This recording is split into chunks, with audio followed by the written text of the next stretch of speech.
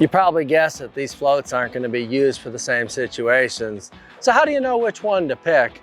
It all begins with balancing the buoyancy and sensitivity. And as a general rule, you want the smallest float that you can get away with and still keep your bait in the strike zone and down where it needs to be. So what are some of the factors that you need to consider?